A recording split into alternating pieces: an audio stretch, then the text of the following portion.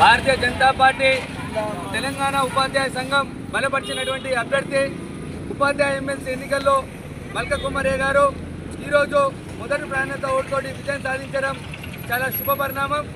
ఏదైతే ఆదిలాబాద్, నిజామాబాద్, కరీంనగర్, మెదక్ 4 జిల్లాల్లో ఉన్నటువంటి ఉపాధ్యాయులందరూ కూడా భారతీయ జనతా పార్టీ నాయకత్వాన్ని, భారతీయ జనతా పార్టీ మీద అభిమానాన్ని చూపెడుతూ భారతీయ జనతా పార్టీ బలపరిచినటువంటి అభ్యర్థిని అత్యధిక మెజార్టీతో గెలిపించడం ఏదైతుందో ఇది చాలా శుభ పరిణామం.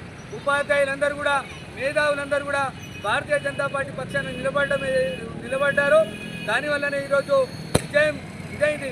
ఏదైతే వారికి ఉన్నటువంటి సమస్యలు 317 జీవో పైన భారతీయ జనతా పార్టీ చేసినటువంటి ఉద్యమం ఏదైతే ఉందో ఆ ఉద్యమానికి మొత్తం కూడా ఉపాధ్యాయులు సంఘీభావంగా నిలబడ్డారు. ఈరోజు దాని గురుతరంగానే ఈరోజు ఉపాధ్యాయులందరూ కూడా స్వచ్ఛందంగా వచ్చి భారతీయ జనతా పార్టీ అభ్యర్థికి ఓటేసి గెలిపించారు. ఇది రాబో రోజుల్లో భారతీయ జనతా పార్టీ తెలంగాణ రాష్ట్రంలో అధికారం చేపడతారని చెప్పడానికి నిదర్శనం. రాబో స్థానిక సంస్థ ఎన్నికల్లో భారతీయ జనతా పార్టీ ఖచ్చితంగా మొత్తం తెలంగాణ వ్యాప్తంగా స్థానిక సంస్థలను కైవసం చేసుకుంటూ ఉంటుంది. కాబట్టి ఈరోజు ఈ యొక్క ఉపాధ్యాయ ఎమ్మెల్సీని గెలిపించినటువంటి గురువులందరికీ కూడా పేరు పేరున పాదాభివందనాలు తెలియజేస్తా ఉన్నాం.